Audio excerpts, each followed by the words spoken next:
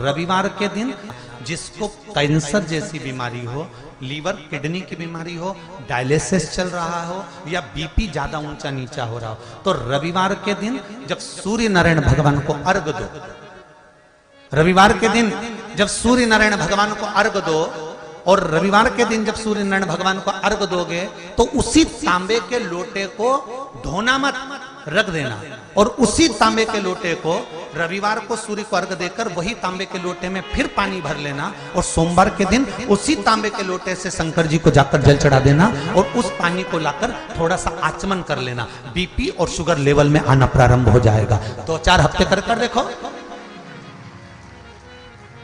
सूर्य नारायण भगवान को रविवार के दिन पूजा जाता है। वैसे तो नियम से रोज जल चढ़ना चाहिए, पर अगर बीपी शुगर वाले हैं, आप रोज जल चढ़ा रहे हो तो रविवार सोमवार का ध्यान कर लेना। रविवार को चढ़ाए तो सोमवार को शिव जी को चढ़ाए, उसी तांबे के लोटे से, उसी पात्र से। अब एक बात सावधानी से सुनिएगा, शायद शिव महापुराण के माध्यम से अभी तक ये बात सामने नहीं आई, पर शिव पंचायत कथा में आ रही है। जितने आस्था चैनल पर कथा सुन रहे हो, जितने फेसबुक और यूट्यूब पर सुन रहे हो और जितने इस छत्तीसगढ़ की पावन धरा पर बैठकर सुन रहे हो, बहुत सावधानी से सुनना।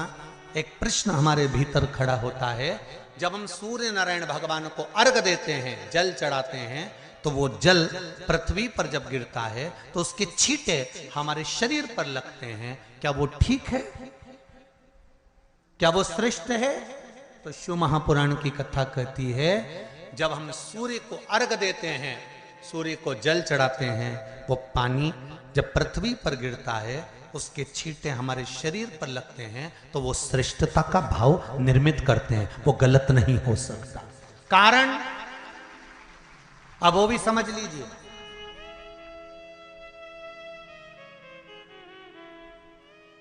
अब सूर्य नारायण भगवान को आप जल चढ़ा रहे हो तो छींटे नहीं लगे, उसके लिए क्या स्टूल पे चढ़ के चढ़ाओगे कि कुर्सी पे चढ़ के चढ़ाओगे? अरे बोलो तो सही। अब कई लोगों के दिमाग में यह बात भरा गई कि हम भगवान को जल चढ़ाते हैं, वो हमारे शरीर में छींटे लगते हैं, जमीन पे से पानी गिरता है, वो हमारे शरीर को छींटे लगते हैं, भगवान को अच्छा नहीं लगता होगा। कौन ने कहा? पहले तो उसको पकड़ के ला।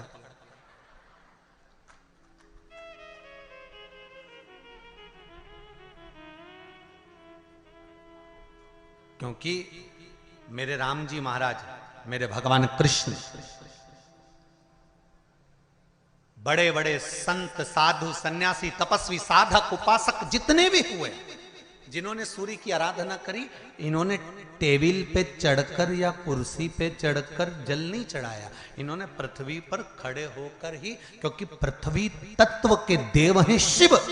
जब हम मृत्यु लोक पर खड़े होकर, पृथ्वी पर खड़े होकर भगवान शंकर का भाग पृथ्वी तत्व को धारण कर कर जल को हाथ में लेकर जब समर्पित करते हैं और जो जल नीचे गिरता है वो शरीर पर अगर लगता है तो हमको उसका आशीर्वाद ही प्राप्त होता है, दोष नहीं लगता। पर लोगों ने इसको विपरीत कर दिया। कि कौन ने विपरीत करा? कई लोगों ने इसको विपरीत कर दिया। कौन ने विपरीत करा? तो जो दूसरे धर्म के लोग होते हैं, जिनको हिंदू धर्म से नफरत होती है और जो हिंदू धर्म की पूजन, सेवा, अर्चना को समाप्त करना चाहते हैं, वो धीरे धीरे धीरे धीरे कहने लगे कि सूर्य को जल चढ़ाओगे तो शरीर में लगेगा, शरीर में लगेगा तो दोष लगेगा। इसको कह कहकर घर घर में सूर्य को जल चढ़ाना लोगों ने बंद कर दिया कि आप जल चढ़ाएंगे तो दोष लगेगा, शरीर पे छींटा लगेगा, शरीर को ऐसा लगेगा।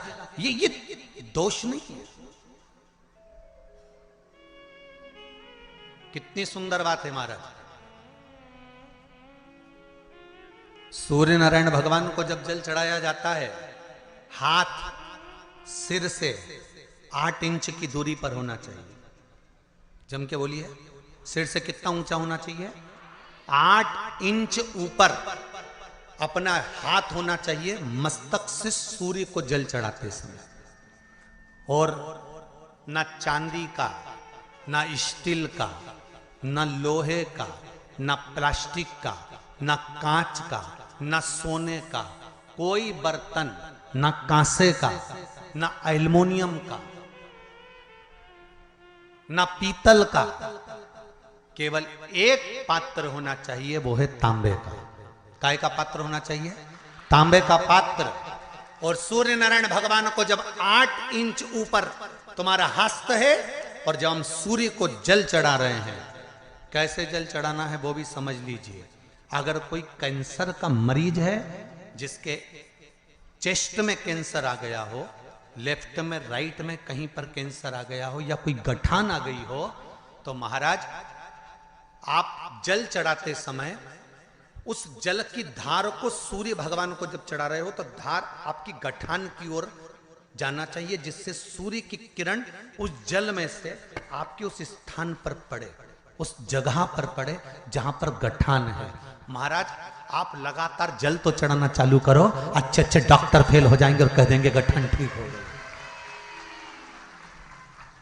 आपका लीवर और किडनी गड़बड़ कर रहा है, आप प्रतिदिन आपका स्वास्थ्य गड़बड़ रहता है, आप प्रतिदिन ये ज्योतिष शास्त्र के अंतर्गत, रत्न शास्त्र के अंतर्गत, ये रत्न शास्त्र, ज्योतिष शास्त्र, रंग शास्त्र जो हमारे यहाँ है, रंगों के हिसाब से ये जितने रत्न होते हैं, माणिक हुआ, सोन मोती हुआ, नीलम हुआ, मूंगा हुआ, पुखराज हुआ, ये क्यों कहते हैं ये पीला है, ये सफेद है, ये नीला है, ये लाल है, इसको शरीर में क्यों पहनाते हैं? उसका कारण होता है कि जब शरीर में पहनते हैं, सूर्य की किरण उसमें पड़ती है, हमारे शरीर पर वो कलर का इफेक्ट पड़ता है, उस कलर को शरीर पर लगता है, और शरीर पर लगता है तो हमारा शरीर धीरे धीरे, हमारी जो इंद्रियां हैं वो सही होने लगती हैं, काम सही होने लगता है। तो आप कहते हो ना सब, मैं कौन सा नक पहनूं, मैं कौन सा मोती पहनूं, मैं कौन सा पुखराज पहनूं, मैं कौन सा नीलम पहनूं, वो ज्योतिष शास्त्र के अंतर्गत, रत्न शास्त्र के अंतर्गत जितने रत्न हम पहनते हैं, ये केवल उस किरण के लिए ही तो पहनते हैं कि जो सूर्य की किरण मिले, उस किरण का प्रभाव हमारे शरीर पर पड़े।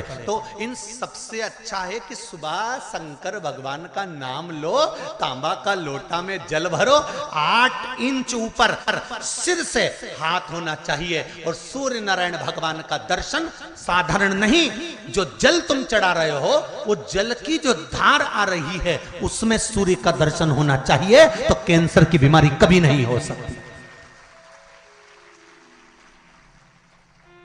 लीवर, किडनी, हार्ट, आपके हार्ट में अगर तकलीफ है, डॉक्टर ने कह दिया कि इसमें नस चोक है, आपको कहीं ना कहीं छल्ला डलेगा, आपको कह दिया इसमें कुछ ना कुछ प्रॉब्लम आ रही है, आप सूर्य को अर्घ देना चालू कर दो, सूर्य को जल चढ़ाना चालू कर दीजिए। आप सूर्य को जल चढ़ाओ, वो जल की जो तरंग आ रही है, वो जल जो निकल कर जा रहा है, उसकी जो किरण आपके हृदय पर, आपकी छाती पर पड़ रही है, नाड़ियों में पड़ रही है, नसों में पड़ रही है, उसका बल देखो तो सही। 1 महीना लगातार चढ़ाओ, तो 15 दिन 20 दिन कर तो देखो।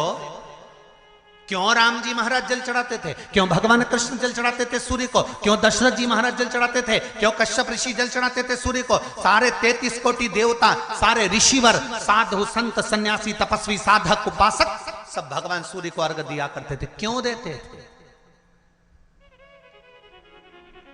किस लिए?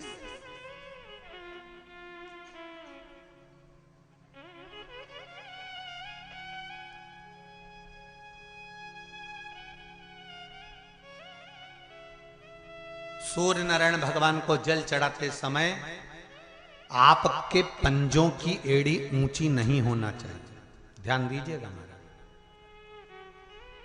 आपका पंजा पांव का पूरा की पूरा जमा होना चाहिए भूमि पर। हाथ कितने इंच ऊपर? 8 इंच ऊपर होना चाहिए। जल जो गिरे, सूर्य की किरण, सूर्य का दर्शन उस जल की रोशनी में करना चाहिए। क्या होगा उससे? जिस बच्चे को आंख में चश्मा लगा हो, मोटे से मोटा चश्मा लगा हो, छूट नहीं रहा हो, तो थोड़े दिन उसको सूर्य का अर्घ चढ़वाना चालू कर दो और जल में से सूर्य का दर्शन कराना चालू कर दो। सूर्य का दर्शन जल में से 2 महीना 2.5 महीना बहुत है, आंख की रोशनी बढ़ जाएगी, चश्मा हट जाएगा। आप कर देखिए। अब एक प्रश्न और खड़ा होता है सूर्य को अर्घ देने का। गुरुजी, पंचदेव पंचायत में सूर्य नारायण भगवान शंकर की पंचायत में हैं। सूर्य नारायण को हम फ्लैट में रहते हैं, हम फ्लैट के अंदर रहते हैं, तो हम फ्लैट में रहते हैं, हमारे यहाँ अगर छज्जा नहीं है, हमारे यहाँ जगह नहीं है, तो हम सूर्य को अर्घ कैसे दें? तो महाराज खिड़की तो होगी, अगर घर में फ्लैट में पानी ढुलेगा और आप लोग नहीं समेट सकते तो एक बाल्टी रख लो, एक पात्र रख लो, पर सूर्य नारायण भगवान को अर्घ देकर रोशनी शरीर पर पड़ना चाहिए। जिंदगी में कभी कोई बड़ी बीमारी नहीं आ सकती। कितने लोग देते हैं सूर्य को अर्घ? जरा हाथ उठाओ। बहुत बढ़िया, बहुत जोरदार। पुरुष लोग भी देते हैं ना, चाहे बच्चे से बच्चा, बच्चों के हाथ में भी एक लोटा पानी पकड़ाओ। घर में छोटे बच्चे हो ना, उनको तांबे का लोटा दो, पानी दो, जा बाहर खड़े हो जा, एक लोटा पानी चढ़ा के। पहले दिन आप स्वयं बच्चे के साथ बाहर खड़ी हो, ओटले पर, घर के बाहर खड़ी हो, छत पे खड़ी हो या घर के बाहर खड़ी हो, और बच्चे से कह लो चढ़ाओ बेटा, देखो ऐसा हाथ 8 इंच ऊपर करिए, तांबे का लोटा लेकर पानी धीरे धीरे डोलना है। जैसे वो स्लो मोशन के सीन नहीं होते नाटक में, ये एकदम धीरे धीरे धीरे, बस नहीं तो मालूम पड़े छोरा छोरी एक साथ उंडेल के अंदर। नहीं, जल चढ़ाते समय उस पानी में से सूर्य की किरण पड़ना चाहिए, सूर्य की किरण। एक बात और कहना चाहूंगा, अगर आप लोग स्वीकार करेंगे तो, अगर कहीं आपको लगता हो कि बच्चा पढ़ने में कमजोर है, विद्या में कमजोर है, रिजल्ट अच्छा नहीं आ रहा, पढ़ने में कमजोर है, वो पढ़े, अपनी जगह पढ़े, वो कार्य करे अपनी जगह करे, मेहनत करे अपनी जगह करे। बच्चों को कह दो कि कुछ समय के लिए सूर्य को अर्घ देना चालू कर। सूर्य की किरण जहां पर ब्राह्मण या हिंदू धर्म का व्यक्ति मस्तक पर तिलक लगाता है, भुकुटियों के बीच में उस सूर्य की किरण इस भुकुटी के बीच पड़ना चाहिए, परंतु पानी कम से कम ना करते हुए स्लो मोशन में धीरे धीरे गिरना चाहिए, एकदम धीरे धीरे। तो यहां एक रेखा सूर्य की किरण से पड़ती है। चंद्रदेव का लड़का था, देखो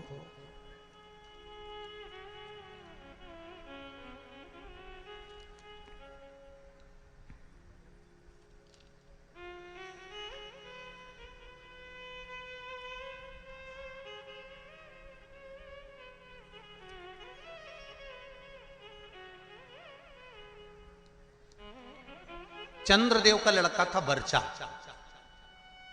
क्या नाम था? जम के बोलिए जरा। वर्चा। सुंदर प्रसंग है शिव पंचायत, शिव महापुराण का। जब संसार के हित के लिए, संपूर्ण विश्व कल्याण के लिए ब्रह्मा जी ने 33 कोटि देवताओं को बुलाया, और बुलाकर ब्रह्मदेव ने कहा कि हे देवताओं, मृत्यु लोक में, द्वापर में भगवान विष्णु कृष्ण के रूप में अवतरित होने जा रहे हैं। सारे देवता अपने अपने पुत्रों के साथ में, अपनी अपनी पुत्रियों के साथ में, पुत्र वधुओं के साथ में, धर्म पत्नियों के साथ में, 33 कोटि देवता द्वापर में रूप रख रख कर, आप भी जन्म लो, आप भी प्रकट हो, क्योंकि भगवान कृष्ण। सारे देवता जाने लगे, पर चंद्रदेव ने मना कर दिया। चंद्रदेव बोले कि मैं तो चले जाऊंगा, मना नहीं है, अगर आप कहते हो तो मैं चले जाऊंगा, मैं जाकर रूप रख लूंगा और भगवान कृष्ण की सेवा में लग जाऊंगा, पर मेरा बेटा वर्चा, चंद्रदेव कहते मेरा पुत्र वर्चा नीचे नहीं जाएगा।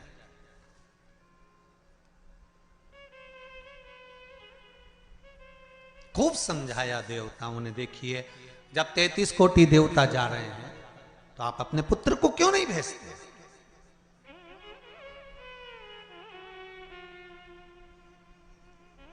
शिव महापुराण की कथा एक बड़ा सुंदर बात कह रही है, अच्छी लगे तो रख लेना, नहीं लगे तो जाते जाते कहीं कोई कुंड या तालाब मिले तो उसमें पटक दे। बात तो कहेंगे व्यासपीठ से, अच्छी लगे तो रखो। देवता कह रहे हैं चंद्रदेव वर्चा को, आपके पुत्र को आप मृत्युलोक में भेजो जनहित के कल्याण के लिए।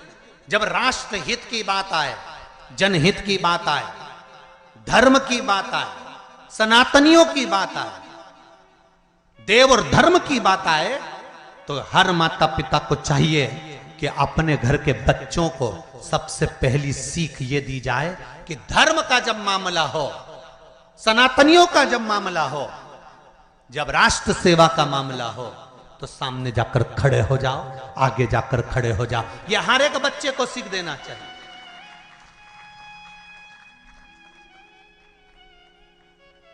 पर हम अपने बच्चों को सीख देते हैं, कहां जा रहा है? अरे मम्मी, और देखो जरा भगवान के मंदिर में अनुष्ठान चल रहा है, साहू परिवार शिव महापुराण की कथा करवा रहा है, गांव में कथा हो रही है, गांव के अंतर्गत कार्यक्रम चल रहा है, संपूर्ण गांव का कार्य है। तुझे क्या करना जाकर? वो तो उनका काम है ना, चुप बैठ रहे। माता और पिता को चाहिए कि अगर हमारे गांव में अगर आए हैं इतने मेहमान, हमारे गांव में इतने लोग कब आएंगे साहब? ये तो शंकर की कृपा से शिव के रूप में आए हैं, कब आए? बल्कि घर के लोगों को ये चाहिए कि अपने बच्चों से कहे, तेरी परीक्षा हो गई, पढ़ाई हो गई, एग्जाम हो गए, रिजल्ट अपनी जगह आएगा। 7 दिन शिव महापुराण की कथा चल रही है, जाकर पंडाल में सेवा करो, झाड़ू लगाओ, कोई को जरूरत हो पानी पिलाओ, किसी चीज की जरूरत हो तो सेवा करो। 33 कोटि देवता भी शंकर भगवान की सेवा में लगे रहते हैं। तुम खुद देख लो, कल तक यहां पर इतनी तेज गर्मी पड़ रही थी, प्रचंड धूप पड़ रही थी, और आज निकल कर देखो तो चारों तरफ छाए नजर आई।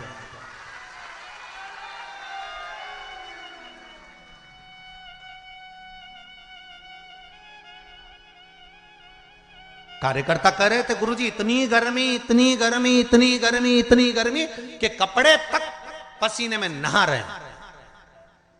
अब बोलो गर्मी किस किस को लग रही है? आज जम के तो बोलो जरा, लग रही कहीं? सूर्य नारायण भगवान को भी शंकर जी ने कह दिया जरा छाता लगा ले थोड़ी देर के लिए, 3 घंटा कथा चल रही है। ये शिव कृपा। और पूरे पंडाल में 2 बजे कथा चालू हुई है, और 2 बजे से लेकर अभी जो भी टाइम हो 4:30 बजने वाली है, और उतनी देर में तुम देख लो पूरी जगह छांव ऐसी, सब दूर धूप पड़ रही है, और यहाँ पूरे पंडाल के आसपास ऐसा लग रहा है जैसे भगवान खुद हवा कर रहा, खुद कृपा कर रहा। तो ये शिव कृपा नहीं तो और क्या है? शिव दया नहीं तो और क्या?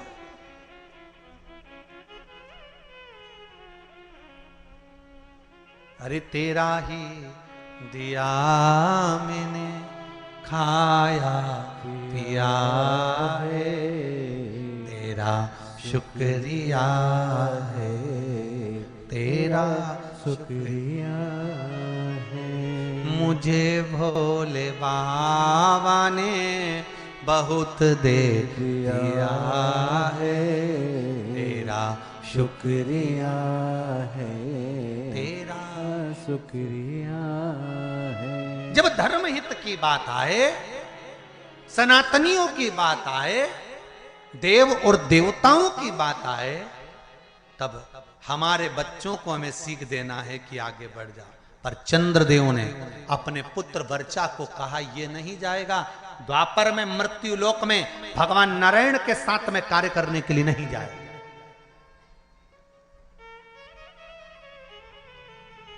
वर्चा को सूचना मिली,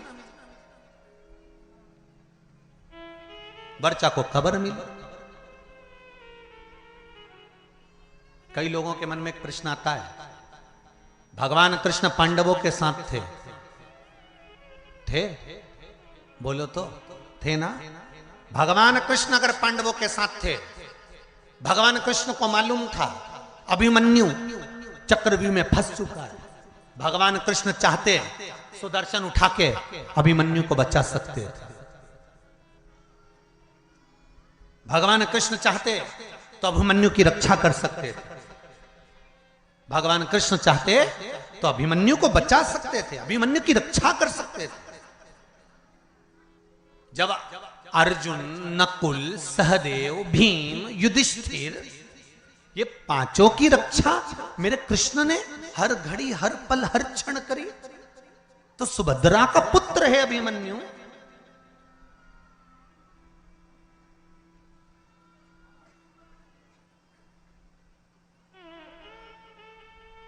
अर्जुन का पुत्र है अभिमन्यु, तो फिर अभिमन्यु की रक्षा क्यों नहीं करी? क्या भगवान कृष्ण को नहीं मालूम था कि ये मरने वाला है?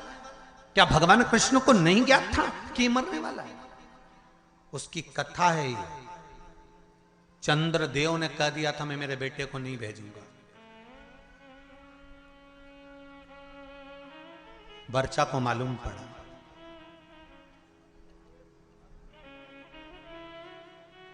और वर्चा को मालूम पड़ा कि मेरे पिता चंद्रदेव ने मना कर दिया है जनहित के कार्य के लिए, देवहित के कार्य के लिए। क्यों? क्योंकि पुत्र का मोह नहीं छूट रहा, पुत्र आसक्ति नहीं छूट रही। कई लोग आपसे पूछेंगे पूर्व समय में अभिमन्यु कौन था जिसकी रक्षा मेरे कृष्ण ने नहीं करी? पांडवों की रक्षा करी पर अभिमन्यु की रक्षा नहीं करी। लोग आपसे प्रश्न करेंगे, आपको उत्तर देना पड़ेगा।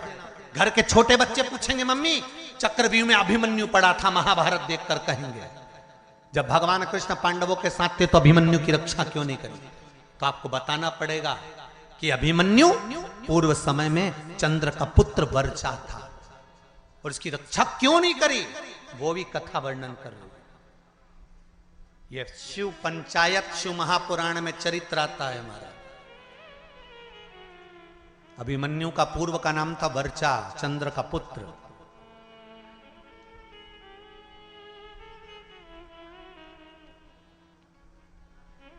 क्या कमी पड़ गई थी?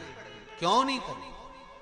वर्चा को मालूम पड़ा कि मेरे पिता ने मुझे मना कर दिया, मेरे पिता ने कह दिया कि मृत्यु लोक में मेरा पुत्र वर्चा नहीं जाएगा, क्योंकि पुत्र आसक्ति, पुत्र मोह, पुत्र का स्नेह बड़ा प्रबल हो। पुत्र का मोही तो था जो धृतराष्ट्र का पूरा वंश डूब गया। अगर पुत्र मोह में धृतराष्ट्र नहीं पड़ता ना तो बच जाता पूरा परिवार, पूरा परिवार बच जाता। पर माताओं और भाई जितने लोग कथा सुन रहे हैं, आपसे निवेदन है इतना पुत्र मोह मत पालना कि तुम्हारी औलाद ही तुमको नष्ट कर दे, तुम्हें बर्बाद कर दे। ऐसा पुत्र मोह मत पालो।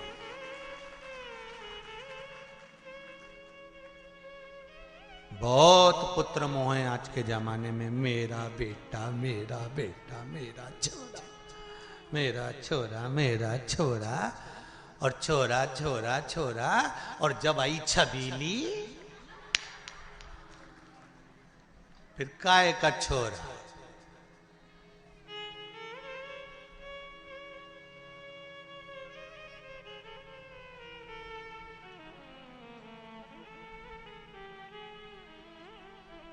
फिर तो छोरा छबीली के नेन पे चले, छबीली एक बार घूर के देख लेनी,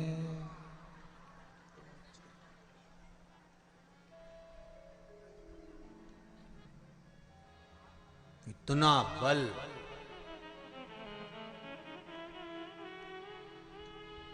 इतनी बार घर से निकलता था, कभी मम्मी से कहकर नहीं जाता था कि मैं यहाँ जा रहा हूं। जिस दिन से शादी हुई घरवाड़ी के 50,000 के जाना पड़ता है कि मैं यहाँ जा रहा हूं। अब तुम सोच लो कितना बदलाव आया ब्याह के बाद, शादी के बाद। पहले जाता था तो मम्मी से कहकर नहीं जाता था कि मैं यहाँ जा रहा हूं, मैं आ रहा हूं, मैं ये करने जा रहा हूं। अब शादी होने के बाद अगर घर से जाता है ना तो पहले उसको बताना पड़ता है, नहीं तो 50,000 फोन लगा के पूछ लेती है कहाँ हो। बस इतना बोला ना तो बापड़ा का पसीने की बूंद छा। अब भी आया 20 मिनट में, बस पहुंच ही दिया हूं। आ रहे हो, वो वाला हाल है ना। एक पत्नी ने पति से कहा, कपड़े पड़े हैं बाथरूम में,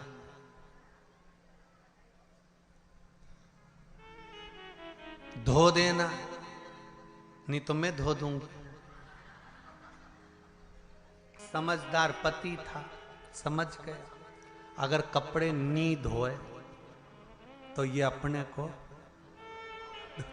मतलब एक ही लाइन बोली उसने, जगदम्बा ने, बाथरूम में कपड़े पड़े हैं धो देना, नहीं तो मैं धो दूंगी। अब उतने में समझदार पति समझ गया कि अपन को धोना जरूरी है, नहीं तो ये अपने को धो देगा।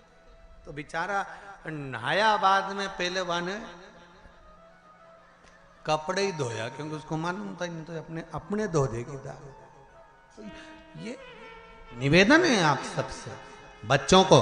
वर्चा ने कहा अपने पिता चंद्र से कि आप पुत्र मोह में पड़े हो, पुत्र मोह की आसक्ति है आप।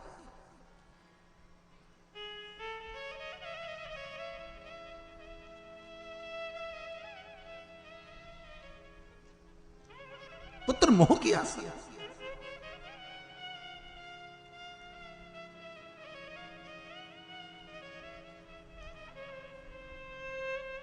बेटा,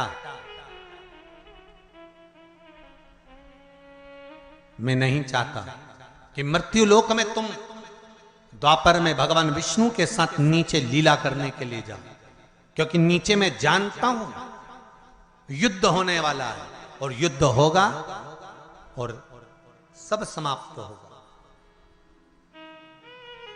वर्चा ने कहा चंद्रदेव से, पिताजी, दो क्षण भी अगर भगवान का साथ मिलता है ना, तो उससे बढ़कर कोई कृपा नहीं हो सकती। जब रावण मरा था तो मंदोदरी सिर पटक पटक कर रो रही थी, रावण की धर्म पत्नी मंदोदरी।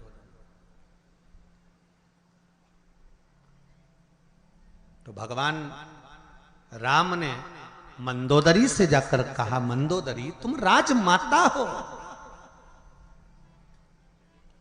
मंदोदरी तुम लंका की राजमाता हो, तुम रानी हो लंका की, पति के लिए वियोग कर रही हो, पति के लिए रो रही हो। मंदोदरी कहती है, कौन कहता है कि मैं पति के लिए रो रही हूं? मंदोदरी कहती है, क्या आप मुझे अज्ञानी समझते हो? मंदोदरी राम जी से कहती है, क्या मुझे आप अज्ञानी समझते हो? भगवान ने पूछा क्यों?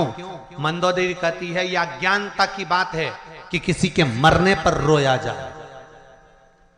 आया है सो जाएगा राजा रंक फकीर, एक सिंहासन चढ़ गया दूसरा गया बंद जंजीर।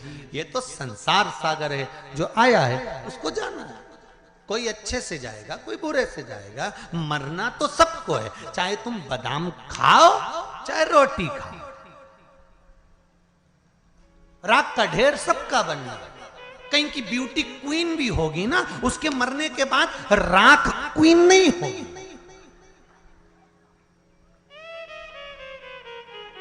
कहीं का बोल्ड भी होगा ना, बॉडी शॉडी बनाकर रखा होगा, खूब ढल्ले सल्ले बनाकर रखा होगा, खूब जोरदार बॉडी शॉडी बनाकर रखा होगा, खूब जोरदार उसने शरीर बनाकर रखा होगा, तो मरेगा तो भी राख का ढेर होगा। वो राख के ढेर में बॉडी नजर नहीं आएगी।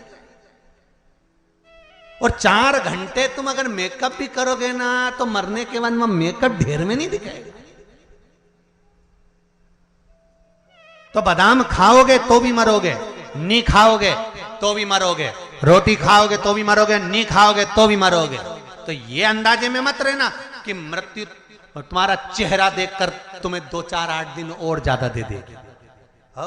यमराज से किसी की रिश्तेदारी थोड़ी ना कि तुम जोरदार, बहुत जोरदार श्रृंगार मिंगार करके रहो, 2 घंटा तक पेंसिल लाइन खींचो, डब्बा भरो, फिर खजूर वाली चोटी करो, ने जोरदार तैयार मैयार होके रहो, तो तुम सोचो कि यमराज आएगा तो मैं तो उससे कह दूंगी ने बाजू वाली के ले जा, ने मेरे को छोड़ जाओ, तो यमराज कहीं तुम्हारा काका जी लगे तो छोड़ जाएगा।